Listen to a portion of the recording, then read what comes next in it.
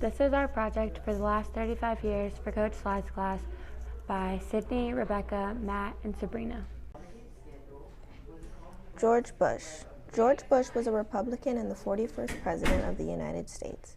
He took office in January of 1989 and was president for 4 years.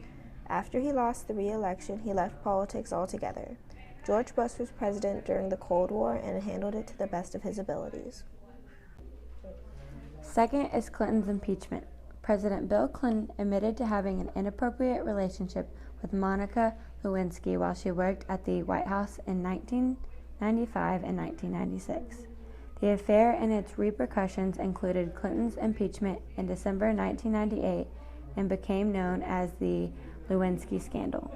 Our next topic is the Watergate scandal. The Watergate scandal took place in the 1970s as a result of a break-in at the Democratic National Committee on June 17, 1972. This took place at the Watergate headquarters in Washington, D.C. President Nixon had a secret recording system in his office and was recording each and every top-secret conversation that took place there. Once the authorities got word of this, they began to investigate the scandal. Nixon tried to cover up his mess-up, but as a result, Nixon resigned from office on August 9th in 1974. General Ford replaced President Nixon as president. Soviets invade Afghanistan. From December of 1979 to February of 1989, the Soviet-led Afghan forces fought against the Mujahideen. The Soviets were trying to convert the Pakistan forces to communism. The Mujahideen. The United States, United Kingdom, Saudi Arabia, and a series of other countries were providing economic as well as military aid to Pakistan in an attempt to prevent Pakistan from giving in to the Soviet powers. This was basically just a civil war that has yet to be resolved to this day. Mikhail Gorbachev. Gorbachev was born on March 2, 1931, and is still alive today. Gorbachev was the Russian president from 1990 to 1991 before he was abolished and later replaced by Boris Yeltsin. Gorbachev was a very strong supporter of communism and glorified it. He wanted to reform Russia, not to transform to market socialism, but to help boost a centrally planned economy. He was removed from office because his plan could not be completed successfully. Boris Yeltsin. Boris Yeltsin was born on February 1, 1931, and died April 23 of 2007. Yeltsin was a Russian politician and eventually the Russian president from 1991 to 1999. He was a very strong communist leader who was a strong supporter of Gorbachev before him. During his time in office, he attempted to reform Russia's socialism government into a free market economy. Unfortunately, he failed, and as a result, Russia took a great economic downfall. Osama bin Laden. Osama bin Laden was born on March 10, 1957, and died May 2, 2011. Osama bin Laden was an Islamic extremist from Pakistan.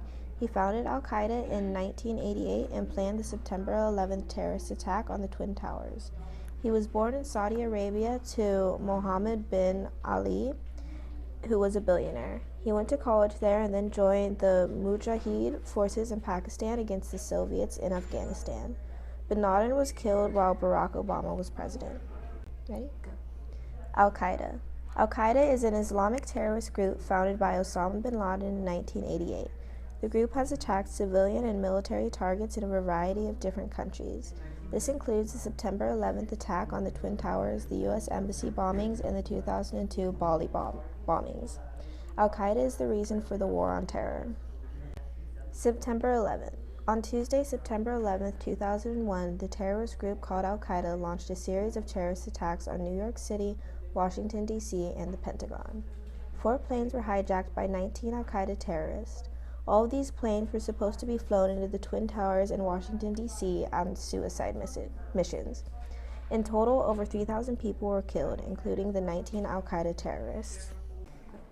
The Florida election recount.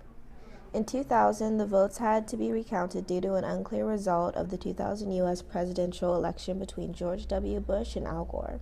Specifically, the Florida results favored George W. Bush with 537 votes of almost 6 million people. In the end, George W. Bush gained the majority of votes in the Electoral College, winning the presidential election. George W. Bush. George W. Bush was born on July 6, 1945, and was president from 2001 to 2009. Before he became president, he was the governor of Texas from 1995 to 2000. He was president when Al-Qaeda attacked the U.S., and Bush later declared a war on terror with Iraq and Afghanistan. Operation Iraqi Freedom. On March 20, 2003, Saddam Hussein, the Iraq president, was ordered by President George W. Bush to leave Iraq or the U.S. was going to invade. He did not, and as a result, the U.S. invaded Iraq. This was the beginning of the war with Iraq, and fighting continued until December of 2011. And this concludes our project for the last 35 years.